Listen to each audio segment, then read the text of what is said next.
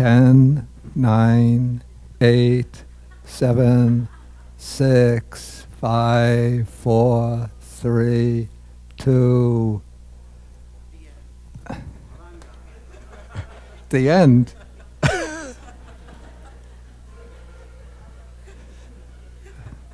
My Chuti Chita has arisen.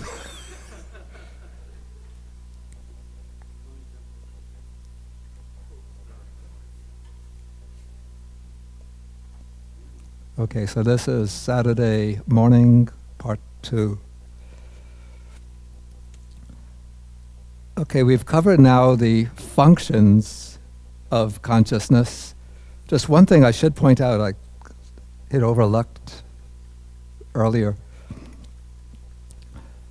When this is when the investigating consciousness is performing the function of rebirth linking bhavanga. Now there are two types of investigating consciousness that can perform this function. One is the unwholesome resultant investigating consciousness, accompanied by neutral feeling. And that is the rebirth consciousness for beings who are reborn in the lower realms, that is, below the human realm, the realm of the animals, the afflicted spirits, what they call the hungry ghosts sometimes, the Chinese ugwei, the beings in the hell realms, and beings in one of the types of asura realms. So their rebirth consciousness is the unwholesome resultant investigating consciousness. But it's not performing the function of investigating. It's performing the function of rebirth linking, bhavanga, and death. The wholesome resultant investigating consciousness, accompanied by neutral feeling, that is said to be the rebirth consciousness of human beings who are reborn with some kind of congenital deficiency. For example, those who are born congenitally blind, deaf, dumb, or with some kind of defective intelligence. And also certain lower classes of gods and spirits. So this is not the case of those who, somebody might be born blind, but it's because of something that happens during the pregnancy. That is not the case. They might have one of the stronger types of resultant rebirth consciousness. But in the case where there's some kind of, from the very moment of conception, that potential there is to become blind, deaf, or dumb, that is because of the rebirth consciousness, which is the unwholesome resultant investigating consciousness. Okay, now we can move on by taking two earlier sections of this chapter. First, the types of feelings.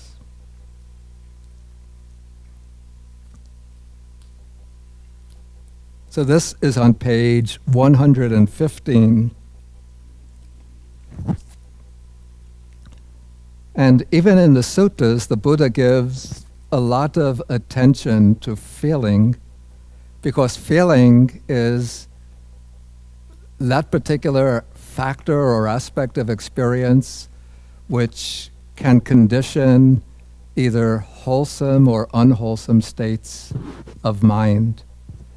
So usually we respond to things that generate pleasant feeling with craving and attachment, and we respond to things that create unpleasant or painful feelings with aversion, fear, avoidance.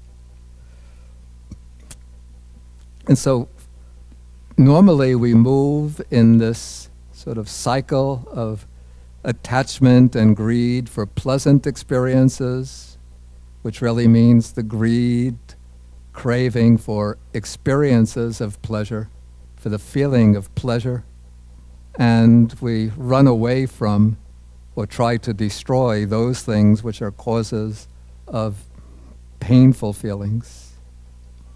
And so part of the training along the Buddha's path is to gain a mastery over our responses to pleasant and unpleasant experiences. To be able to experience things which are pleasant without becoming attached to them and generating craving. To experience things which are unpleasant, shocking, disagreeable, disturbing, without giving rise to fear, aversion, hatred, or any kind of destructive impulses. And so in the Abhidhamma, we find that a prominent role is assigned to understanding the feelings that accompany the different states of consciousness.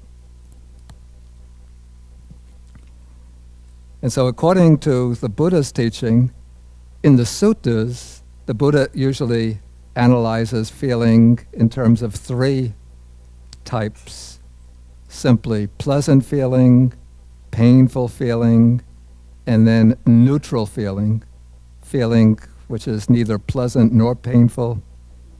In the Abhidhamma, it's called equanimous feeling, which is not a little misleading because it's not the same thing as spiritual equanimity, but it's a feeling which is neither pleasant nor painful. Okay, but even in the suttas already, we find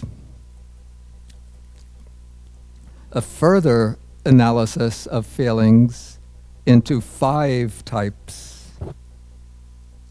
That is, a distinction is made in the painful feeling between bodily painful feeling, physical painful feeling, and mental painful feeling. Of course, all feeling is mental in a way, but there's feelings that arise through contact with the body, with the physical sense faculties, and the feeling that arises in the mind when we reflect either on our sensory experience, when we reflect on our memories, or when we imagine things, then pleasanter feelings arise. And so a distinction is made between these, I'm talking about unpleasant feelings, right? I think I switched from unpleasant to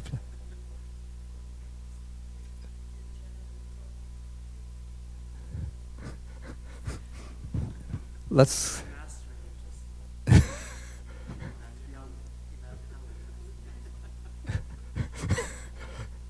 okay, unpleasant feelings. Okay, the distinction is made amongst unpleasant feelings between the bodily feelings or physical feelings and the purely mental feelings that occur when we reflect on experience, remember, anticipate, imagine, and so on. And so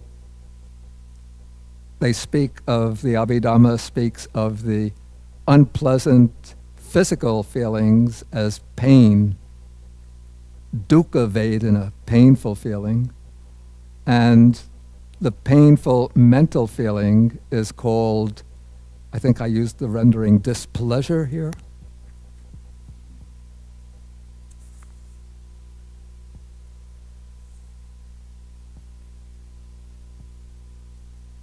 Yeah, displeasure.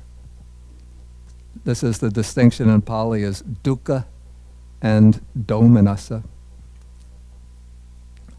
And then with the pleasant feeling, there's also the same twofold distinction, as some of you might have guessed.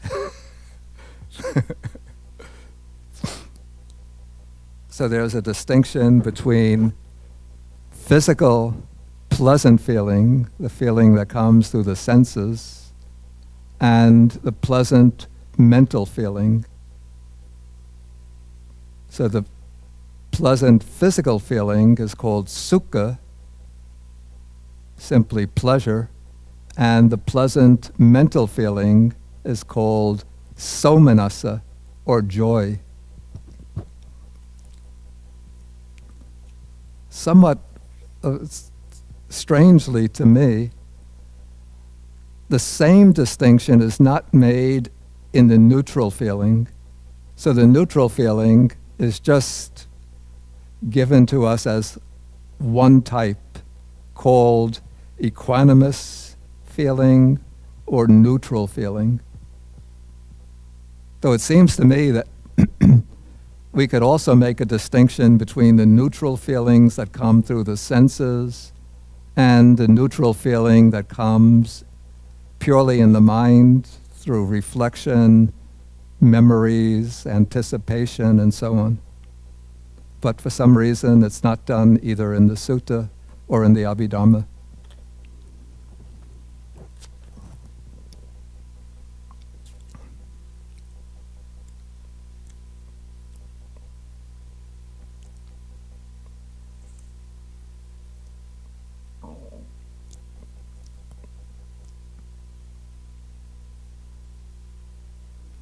Okay, now according to the Abhidhamma way of analysis, the pleasant physical feeling is restricted to bodily consciousness, to the consciousness that comes through bodily touch. And the painful physical feeling is restricted to the feeling that comes through bodily touch.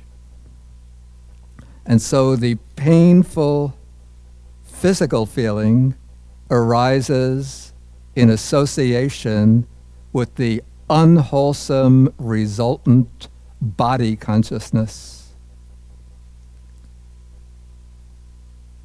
And the physical pleasant feeling arises in association with the wholesome resultant bodily consciousness. So in other words, good karma, one of the ways in which good karma that we might have done in the past brings about its result is through the good karma will bring about the result that we experience pleasant sensations through the body, and unwholesome karma that we might have done in the past, one way that brings about its result is by the experience of painful sensations, painful feelings through the body. Okay, what about the other four types of sense consciousness? Eye consciousness, ear, nose, tongue consciousness. Don't we see unpleasant things and we feel some kind of pain because of that? Or if we hear a grating sound, you know, like a grrr, that kind of sound, isn't that unpleasant to hear? And what about getting unpleasant smells, unpleasant tastes? If we taste some bitter food, bitter gourd, for example, don't we get a bitter, unpleasant feeling? Well, this goes a bit against our sort of ordinary conception of our experience, but the way the Abhidhamma explains this is that the feeling that arises at the moment of the sense experience, the sense consciousness itself, is a neutral feeling. But if the object is a disagreeable or undesirable or painful type of object, disagreeable, undesirable, disturbing object. It will be the other types of consciousness that arise later in the series that experience that as disagreeable. And those states of consciousness will be arising not with the painful physical feeling, but they'll be arising with a painful mental feeling, with domanassa. So if you don't like bitter gourd, for example, when you eat it, when you're actually getting the taste is occurring together with a tongue consciousness that is accompanied by neutral feeling. But when you perceive the bitter taste, then there will occur a reaction to that bitter taste of disliking. And going along with that disliking is the feeling of displeasure. And similarly, when the Abhidhamma holds that the pleasant, the feeling called pleasure, the physical feeling of pleasure is restricted to the bodily sense. And so when we see things that we like, beautiful colors, a rainbow, when we hear beautiful music, Bach, Mozart, Beethoven,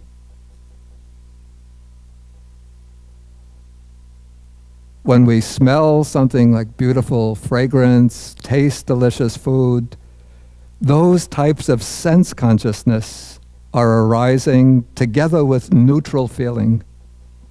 But soon after the sense consciousness arises, in the jhavana phase, there'll be a response to the object.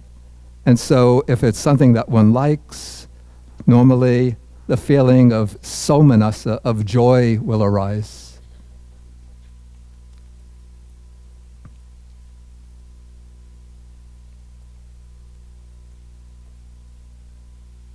Okay, so we have these 5 kinds of feelings. And now let's take a closer look at how they're associated with the different types of consciousness. This will be on page 116, starting on 116, in section number 3. So here we have of the different types of feeling. Wholesome resultant body consciousness is the only one accompanied by pleasure. So when the feeling that we call sukha, pleasure, arises, physical pleasure, it is cognized by the wholesome resultant body consciousness. And similarly, unwholesome resultant body consciousness is the only one accompanied by pain, by physical pain. Okay, but there are 62 kinds of consciousness accompanied by joy. So these 62 kinds, we have 18 types of sense sphere consciousness. And to see which types they are, again, it's useful to go to the table on page 28. So we have 4 unwholesome chittas rooted in greed. So if you look on the table, you see that there are 8 chittas rooted in greed. Now, in the section on these chittas, we see that 4 of them are accompanied by joyful feeling, and 4 are accompanied by neutral feeling. So when, for example, one is enjoying delicious food with greed in the mind, then there is joyful feeling. If one is thinking about events in the past with some kind of attachment to them, then that's also a citta accompanied by greed, which is associated with joyful feeling.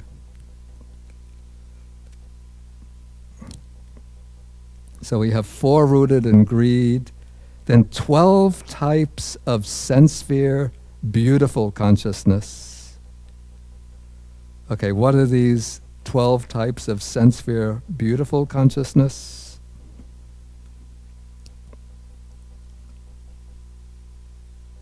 Okay, we have, if you look at the table on page 28, we have sense sphere beautiful consciousness, 24 types. We have the sense sphere wholesome, sense sphere resultant, sense sphere functional. Each has 8 types. Now, of those 8 types, 4 are accompanied by joyful feeling, and 4 are accompanied by neutral feeling. So we take the 4 wholesome accompanied by joyful feeling, the 4 resultants accompanied by joyful feeling, the 4 functionals, those are the sense sphere cittas of an arahant, which don't create any karma. Those can be accompanied by joyful feeling. So we have 4 of each type, which make 12. And then we have 2 rootless types of consciousness accompanied by joyful feeling. One is that investigating consciousness that I mentioned earlier, the one which is sort of charged with the jolt of joyful feeling. So that has joy. And then there's a consciousness which is called the smiling consciousness of an arahant. It said that there's a special type of consciousness because of which, or through which, an arahant smiles at ordinary sense sphere phenomena. If you find this puzzling, this type of consciousness, you're not alone. I share your puzzlement. Why was this included? But it's mentioned, it's part of the package. So it said that maybe because it might be based on the passages that we find in the suttas. Sometimes when the Buddha comes to a particular place, he'll stop and he'll smile. And then Ananda will ask him, why is the Blessed One smiling? The Buddhas don't smile without a reason. And then the Buddha will explain that in the past, many aeons ago or many lives ago, in such and such a place, such and such an event took place. Maybe that is the sort of basis for this type of consciousness. But I don't really understand it very well, and even the commentaries on it don't give very illuminating explanations. They just usually have a stock definition. It's the type of consciousness through which or because of which an arahant or a Buddha smiles at ordinary phenomena.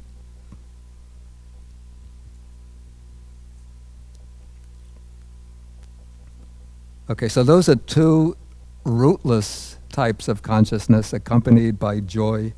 And so we have 4 unwholesome, 12 beautiful, and 2 rootless, which make 18 types of sense sphere consciousness accompanied by joyful feeling. Then we have 44 types of sublime. The word sublime refers to the consciousness of the fine material sphere and the immaterial sphere. So 44 types of sublime and supramundane consciousness, pertaining to the first, second, third, and fourth jhanas.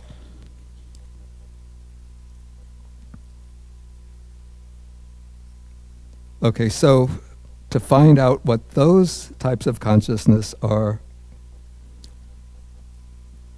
first we look at the table on page 28.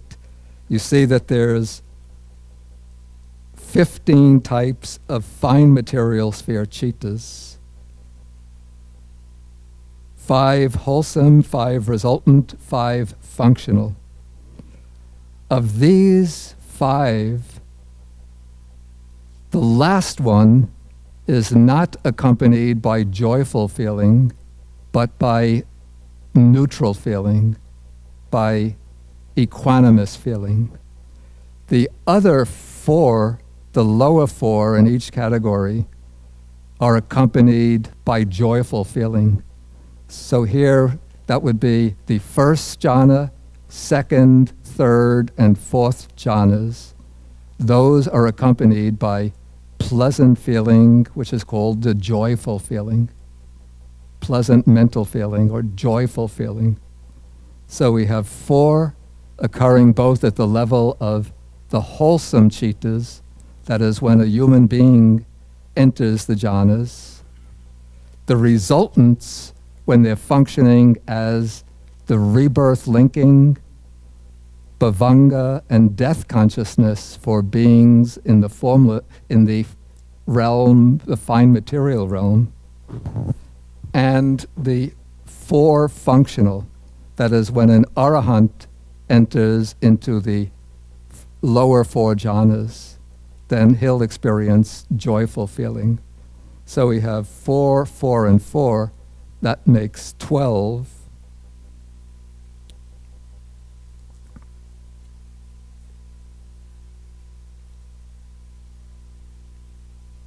The other 20 come from a rather complex way of analyzing the path and fruition types of consciousness, which I won't go into here. It gets too complicated.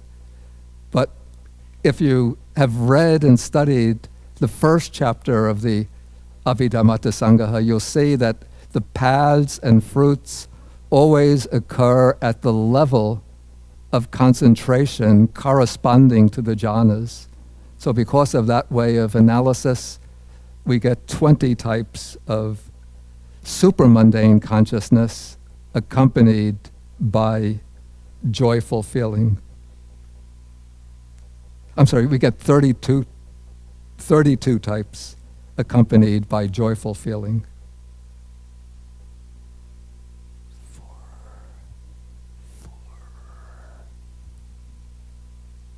4 by 4, that's 16. Oh, that's actually, the mathematics is quite not so difficult. Yeah, the 4 paths can occur at a level of concentration corresponding to the 5 jhanas, and the 4 fruits can occur at a level of concentration corresponding to the 5 jhanas. So we take the 4 paths occurring at the level corresponding to the 4 jhanas, the 4 lower jhanas where there's joyful feeling, then we get 16. And we take the 4 fruits corresponding at occurring at a level corresponding to the 4 lower jhanas, then we get another 16. So 16 plus 16 is 32. If you're not following this, don't worry, it's not that important.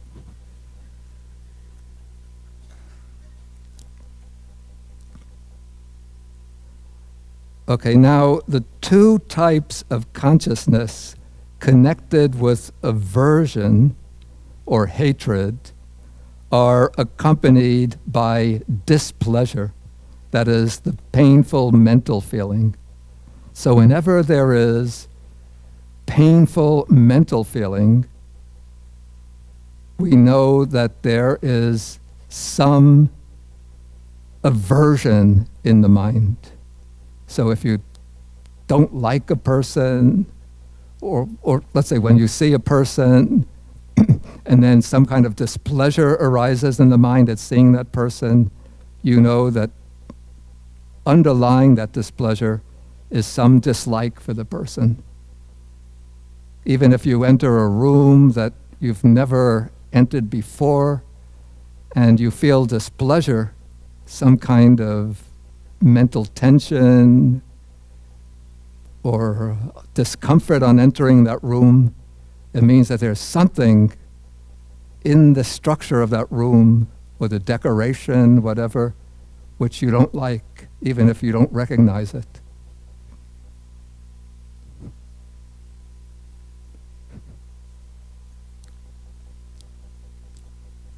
Or if you enter your own room and all of the books are scattered all over the desk and papers are littering the floor, and you come in and you feel displeasure, it's because you don't like having a messy room. Okay, and then whenever there is displeasure, or whenever there is some kind of aversion, hatred, anger, it's always accompanied by this feeling of displeasure. And so the two go hand in hand together, which is why whenever we feel anger and aversion, we usually want to get rid of it because it makes us feel uncomfortable. Even though sometimes when we release that anger by striking out at somebody or at something, then we feel sometimes pleasure or happiness. But that's an unwholesome kind of happiness that arises.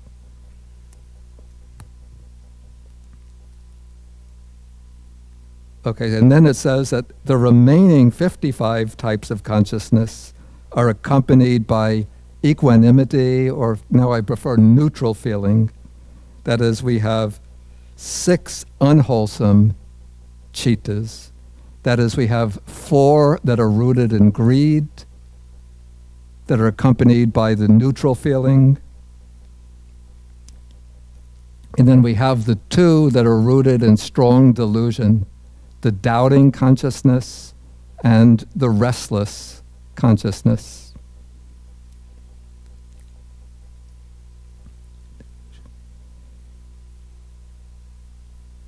Then the 14 types of rootless consciousness, excluding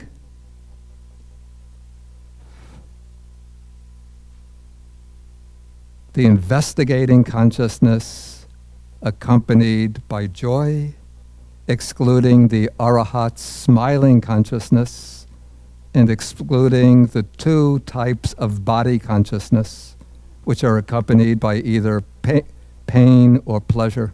All of the others, including the 8 types of sense consciousness, 4 unwholesome resultants, 4 wholesome resultants, are accompanied by neutral feeling. Then we have 12 sense sphere beautiful chittas. That is 4 wholesome, 4 resultant, and 4 functional. So we have 8 of these beautiful chittas in each category, 4 accompanied by joyful feeling, 4 accompanied by neutral feeling.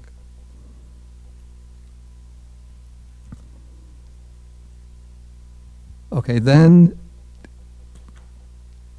in the fine material sphere chittas, we have the chitta of the 5th jhana, whether it's wholesome, resultant, or functional, which is not accompanied by joy, but it's accompanied by neutral feeling, because that type of meditative state is extremely peaceful, extremely calm, tranquil, equanimous. And so joy has a little bit of an element of excitement in it.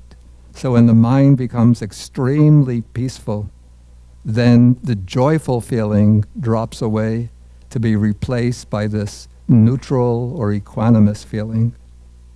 So the 5th jhana occurs in the 3 modes: wholesome, resultant, where it's the rebirth, bhavanga, and death consciousness of beings in one of the very high fine material realms.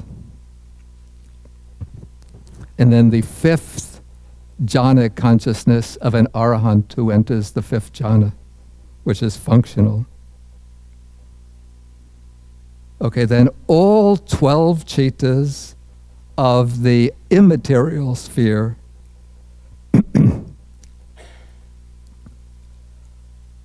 all the 12 immaterial sphere chittas are accompanied by neutral feeling. These would be the immaterial sphere wholesome, that is, when one enters one of these four formless meditative absorptions, the base of infinite space, base of infinite consciousness, base of nothingness, base of neither perception nor non-perception. When one, as an act of meditation, when one enters that, then the feeling is neutral feeling. Then the four immaterial sphere resultant chittas, those are the chittas which are performing the function of rebirth, bhavanga, and death in the immaterial realm of existence. So those beings who are living up in those realms have one or another of these chittas as their basic home consciousness.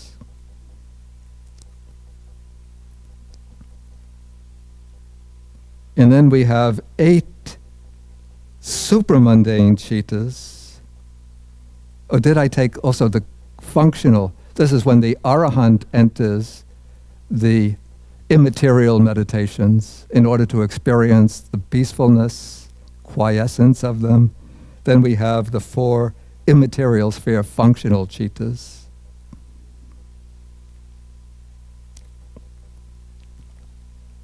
And then we have 8 supramundane chittas, which are accompanied by neutral feeling. And those are the 4 paths and 4 fruits when they occur at the level of concentration corresponding to the 5th jhana. So the paths and fruits, as I said, occur at levels of concentration corresponding to the 5 jhanas. And so when they occur at the levels corresponding to the lower 4 jhanas, they're accompanied by joy. But when they occur at the subtlest level corresponding to the 5th jhana, they're accompanied by neutral feeling. And so since there are 4 paths, 4 fruits, that's 4 times 2, and 4, wait, I'm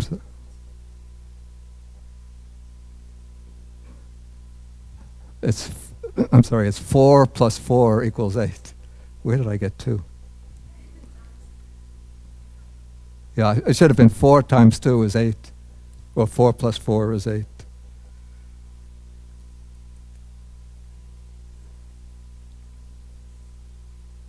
And if you want some help, to get this, if you're a visual type person rather than a cognitive type person, you'll see all of the feelings laid out in the table 3.1. Maybe I should ask at this point whether there are any questions on feelings. I know it takes time to digest. I think I see Richard. Yeah, Richard has a question there. Yeah, I'm wondering, is it possible that there is some layer of this in which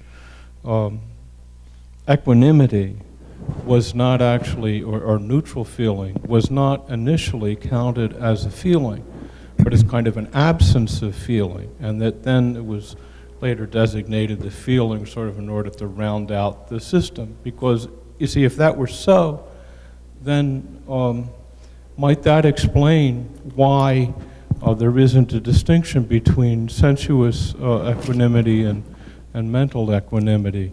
Because if it's not sensed as a feeling, then how could you know where it came from? I think from the start, the neutral feeling was always, or the feeling that we call neither pleasant nor painful feeling, was always considered as a distinct type of feeling. Or let's say that there's no evidence in the text that there was a stage where the feeling which is neither pleasant nor painful was not considered a distinct feeling, but just the absence of feeling. Because the texts speak about when the Buddha is describing his attainment of enlightenment, he speaks about attaining the 4 jhanas, and then he describes the 4th jhana as the jhana which is through the disappearance of the other 4 types of feeling, the jhana which is accompanied by neither pain nor pleasure. So it's described as a distinct type of feeling.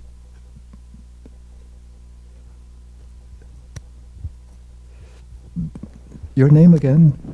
I should know it. Oh, Venerable, my name is In. In? You're right. In, okay. My question is, will you analyze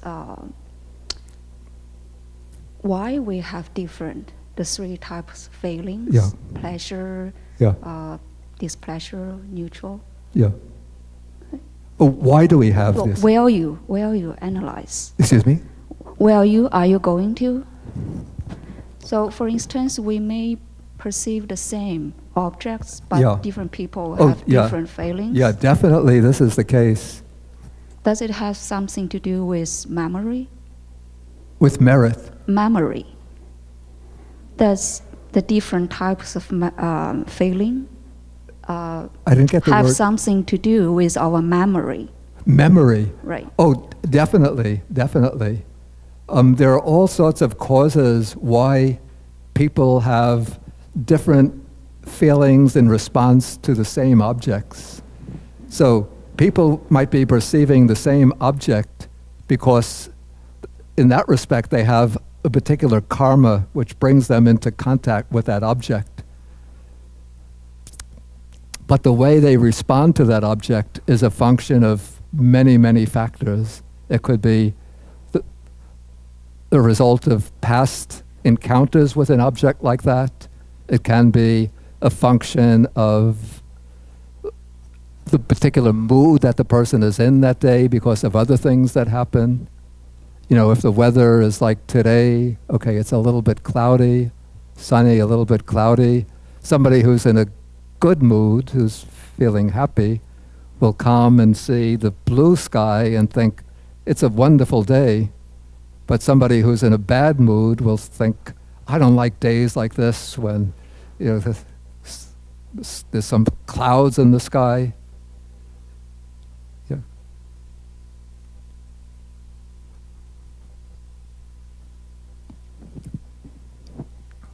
Can we learn the feelings? Can these feelings be learned?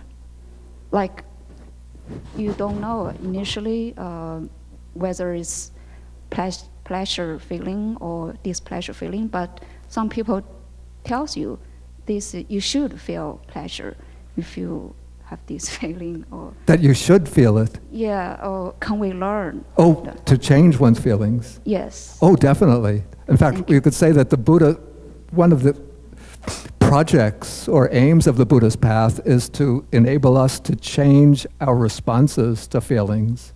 Because usually we respond, as I said earlier, to pleasant feelings by greed and attachment, or to things that we respond to things that set off pleasant feelings with greed and attachment, and we respond to things that set off unpleasant feelings with aversion, hatred, or fear.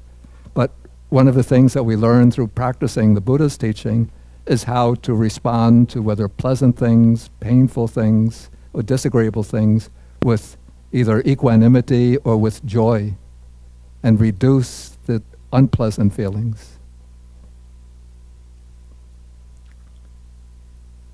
Okay, Mr. Prithvi in the back. Prithvi. When we have the feelings, all these feelings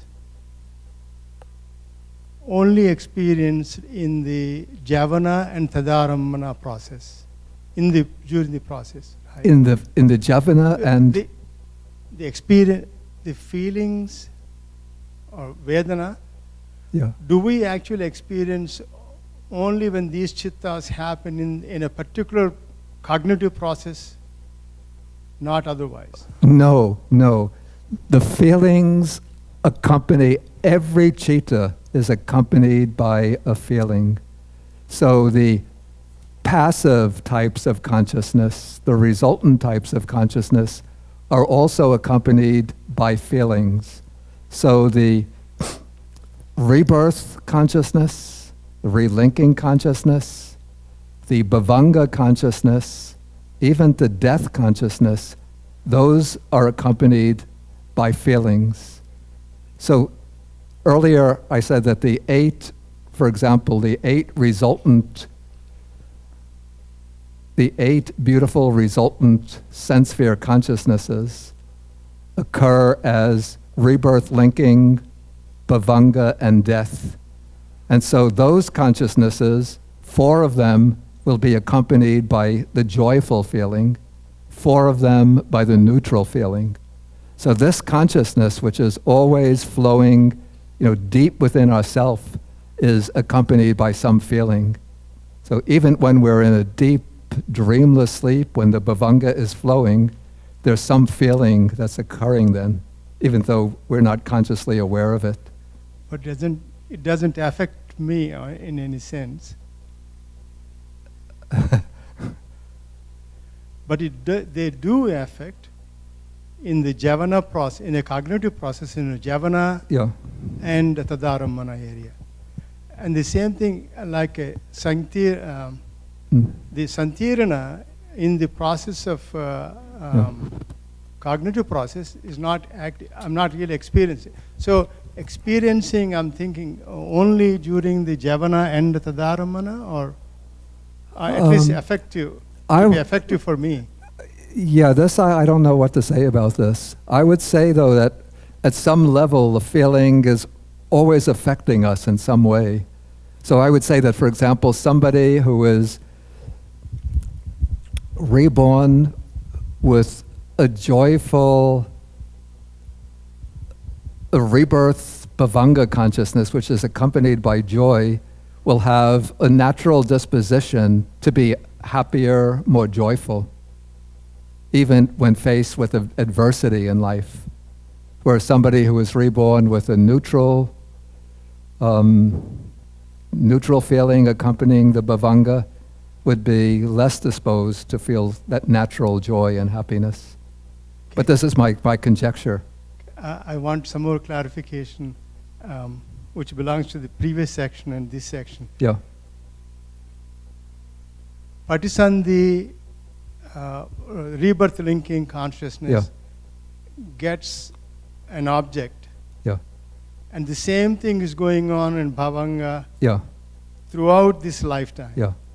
All the time. Yeah. So in a cognitive process, particularly with all the effort we're doing and all that, and that cognitive process doesn't have any effect on the bhavanga to take that object to bhavanga. So where do I really making any change at all with all the effort?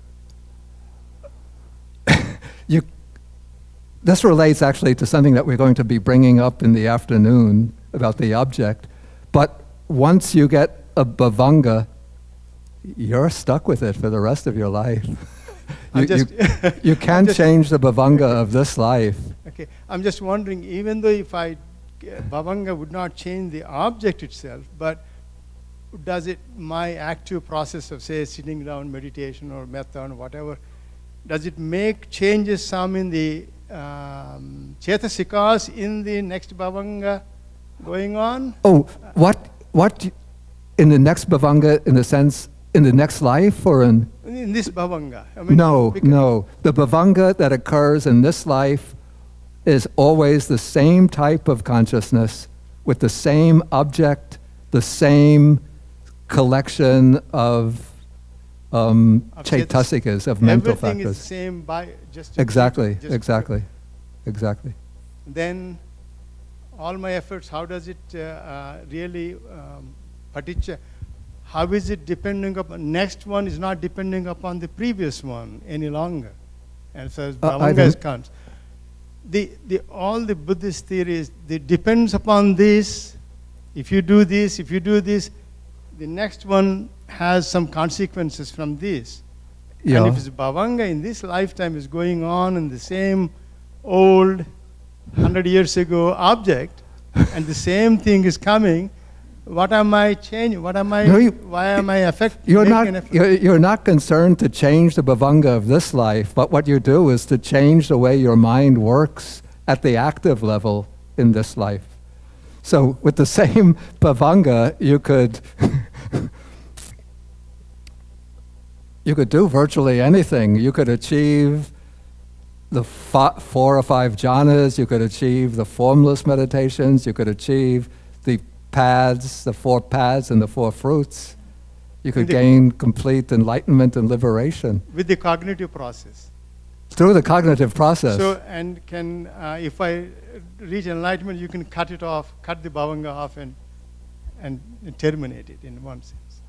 Yeah, if one achieves enlightenment in this life, still the Bhavanga will continue to flow right up to the time of death. Okay.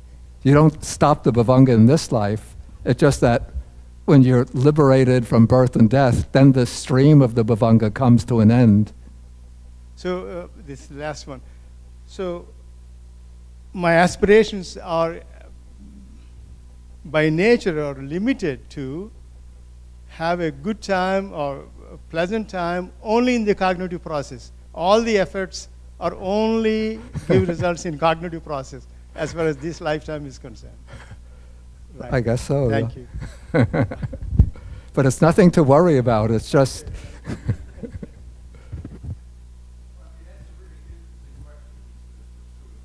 Yeah. You said it another way, if I hear you correctly, it's been a problem for me also. Thank you. It's a really interesting question. It's been a problem for me also, and maybe it's got to do with this good Christian belief of my heritage that somehow or other there has to be an essential soul in there. Maybe that's the contamination. But if I hear you correctly, you're saying that the Bhavanga that you're looking at today, that's embodied in this processes that I call me, you call Ed, that Bhavanga is the same Bhavanga that's been rolling around for about the past 3 million years, or 2 million years, and however many number of lives I might No. Okay.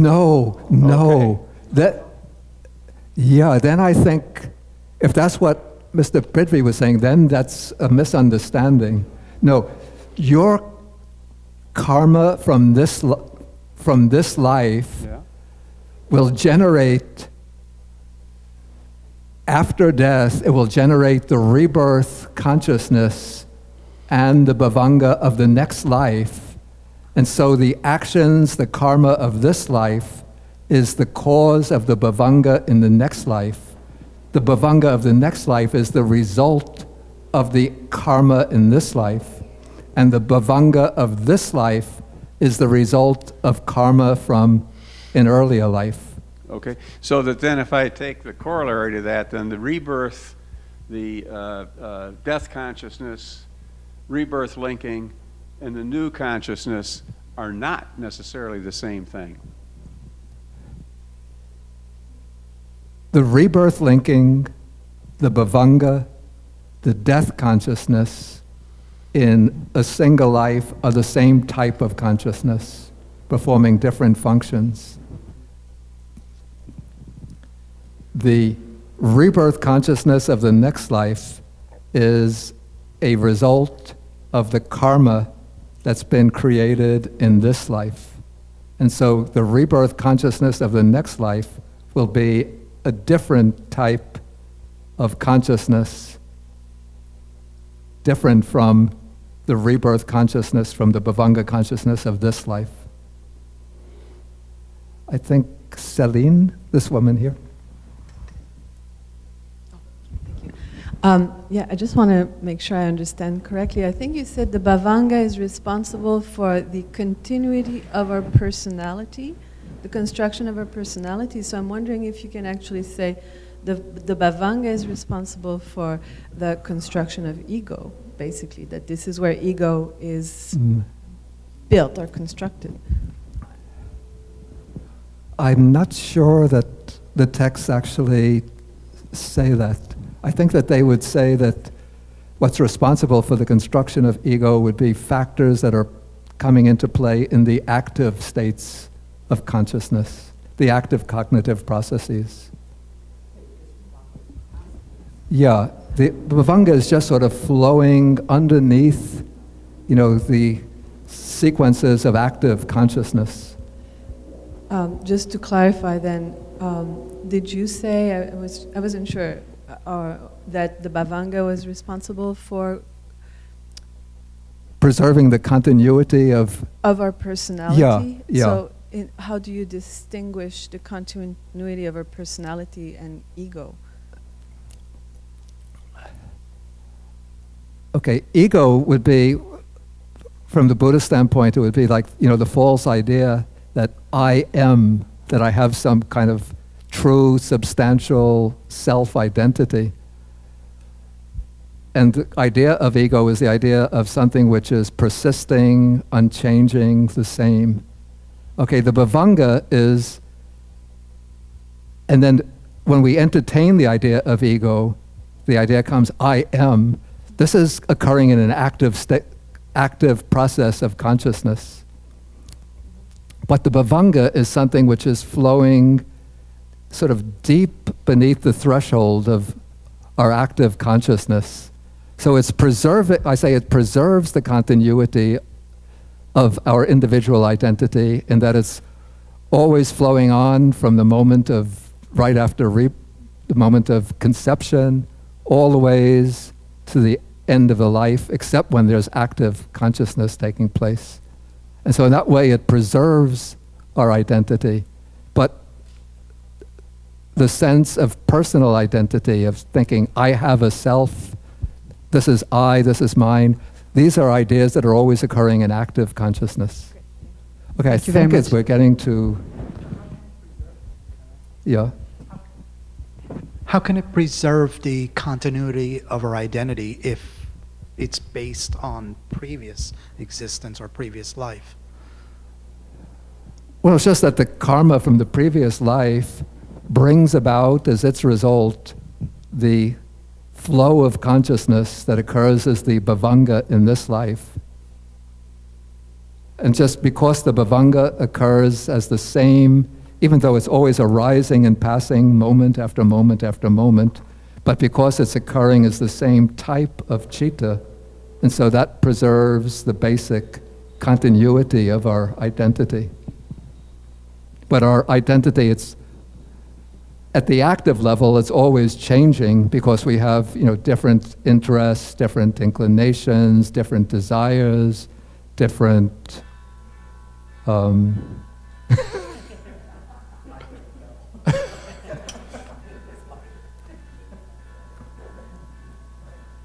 yeah, and so through the changing of the active components of our mind, then our identity is changing at that level.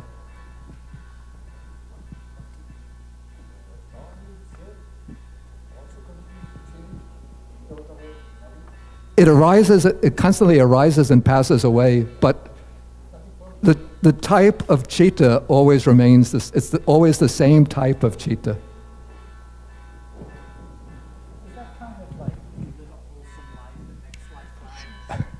Like, is it kind of like you do wholesome deeds, that's the result, the bhavanga in the next life, or? Yeah. Okay. Okay, well, there's a lot more to take in. We'll come back in the afternoon and continue.